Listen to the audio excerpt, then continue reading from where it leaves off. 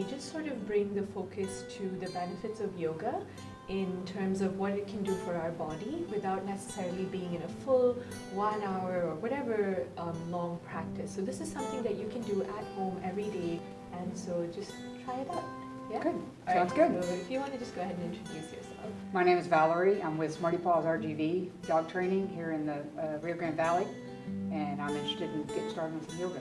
For my yoga classes, I always ask, what is it that you need today? Probably the bending and the squatting, and then being strong on my core to deal with the heavier weight dogs that weigh more than I do, pulling and tugging different directions and stuff like that, and being able to stand my ground. Usually have to put one foot in front of the other so they don't pull me over. All right, so we'll get started then. You have like 5 exercises and maybe a breathing exercise that we kind of discussed it, and we'll just go over that. So I'm going to be out of the frame. I'll let you and Matthew work together. Okay. Let's do it. All right. That's good.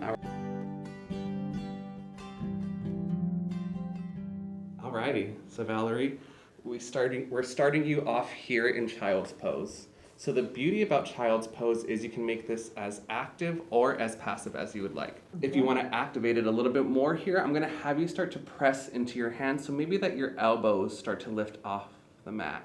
Deep breaths in through the nose. As you exhale, empty out through the nose, drawing your navel up towards your spine. Again, as you inhale, you fill your belly up. Yes, beautiful. As you exhale, empty out completely, draw your navel up to kiss the spine. So I'm going to have you stay connected to this breath throughout the entire poses that we're going to go through here. I want you to start to lift up. Activate your core first, so drawing your navel to your spine. Lift your shoulders above your wrists. We're going to come into our high plank. Activate the hips, hugging your hips in. Draw your navel to kiss the spine. Hug your front ribs in here, so you're knitting them together. Keep lengthening through your neck. Push through your hands so the weight isn't all on the core. You're having your hands here, utilizing that. Inner thighs engaged. I'm gonna have you come back up into a downward facing dog. Lift your hips up, beautiful, just like that. Let the head hang heavy. So your gaze is gonna be between your calf muscles or your thighs. I want you to keep reaching your hips up towards the ceiling, just like that, and drawing the heels down towards the earth as much as you can. We're going to come back forward, inhale into a high plank. Another modification here, if your wrists start to give you any trouble at all, you can always come down to a forearm plank. So go ahead and drop your forearms, yes, just like that. That's it, but keep the activation we had talked about earlier. So inner thighs engaged, hips hugging in, navel to spine. You're doing great, just keep breathing here. Press your heels back, keep lengthening through the neck. Awesome, come back up into a downward facing dog. We're gonna transition now into a warrior two. So I'm gonna have you inhale your right leg up into the air. Exhale, step it through, come into a warrior two. Make sure your back foot is parallel with that back edge of your mat, which you have perfectly here. Then your front heel, make sure it's in line with your back heel or back arch. So go ahead and take a look, make sure they're in line. There you go, nice adjustment. Bring your front knee forward just a little bit more, just a bend. So ideally, your front knee is stacked on top of your ankle on the front. Go ahead and pass it. If it's coming in front of your ankle, that means you have room to move your front foot forward. Yes, just like that, very nice. So moving to the upper body, I want you to lengthen through your arms. So keep your legs just as they are. Shoulders stacked on top of your hips, so bring your shoulders back right there, yes. Keep hugging the front ribs in. So when I say hug the front ribs in, if you see here, my ribs stick out, then I hug them in. You'll feel a little more activation in your core. Did you feel that? Yes, that's exactly it.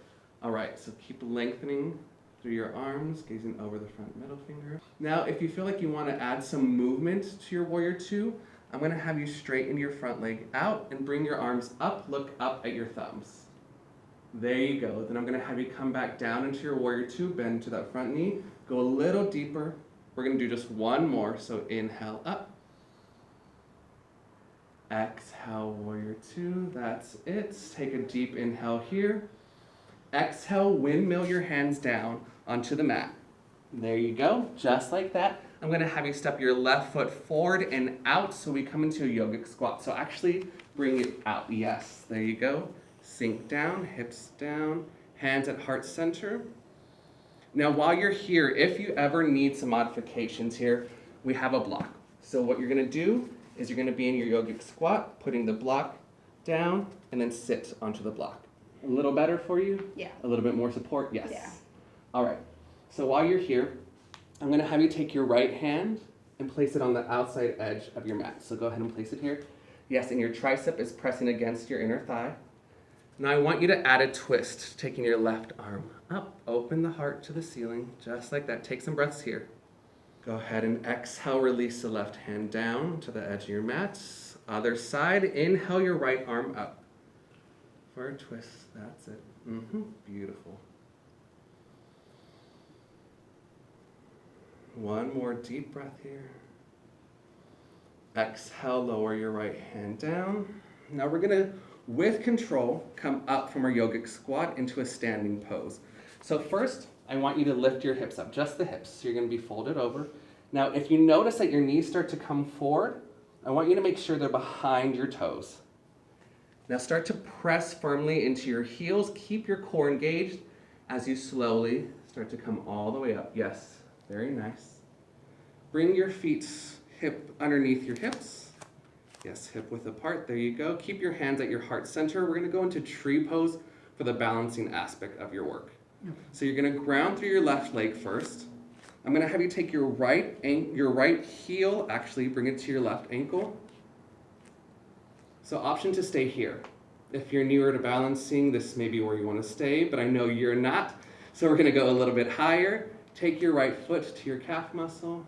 And if you're at home and you're having one of those days where balancing just isn't exactly your best friend, use a wall. Yeah. So while you're here, I want you to take about 5 breaths in each side, and then we're gonna switch to the other side. So right leg down, left heel to your right ankle.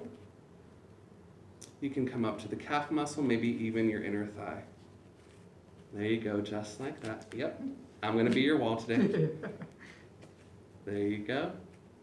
Yes, very nice. So keep the core active while you're here. That's it. Keep lengthening through the spine. Shoulders soft and face relaxed. You'll notice when you're in a balancing pose, you tend to tense the face, and not just you, I'm saying everyone, even myself. So really focus on the breath. Let the face relax. Very nice. Alrighty, so I'm gonna have you drop the left leg down. Bring your feet out towards the edges of your mat. Again, we're gonna sink down into your yogic squat to head into your shavasana. So that's the final resting pose that you wanna do after every yoga poses that you've done, whatever your sequence is for that day. At the end, you wanna come into a resting pose, which is shavasana, which will be your favorite one. So go ahead and sink your hips all the way down. There you go. Oh, there you go. We're headed to the ground anyway, so go ahead and come all the way down, however is most comfortable for you. Straighten your legs out in front. I'm gonna have you sit up nice and tall. Reach your arms forward. Now I want you to continue to lift your heart up, and then slowly, with control, keeping your core active, lower all the way down. If you need help, grab onto your thighs once you get a little lower, if you need the help. Perfect. And then shavasana, so I'm gonna have you separate your feet towards the edges of your mat. Maybe your palms facing up or down, depending on what's most comfortable for your body here. Close the eyes. This is where you let go of any control of your breath, any activation in your physical body. And you allow yourself to simply relax. There's no dogs to train right now. There's nothing to do at your house. There's no errands to run, it's just you simply relaxing.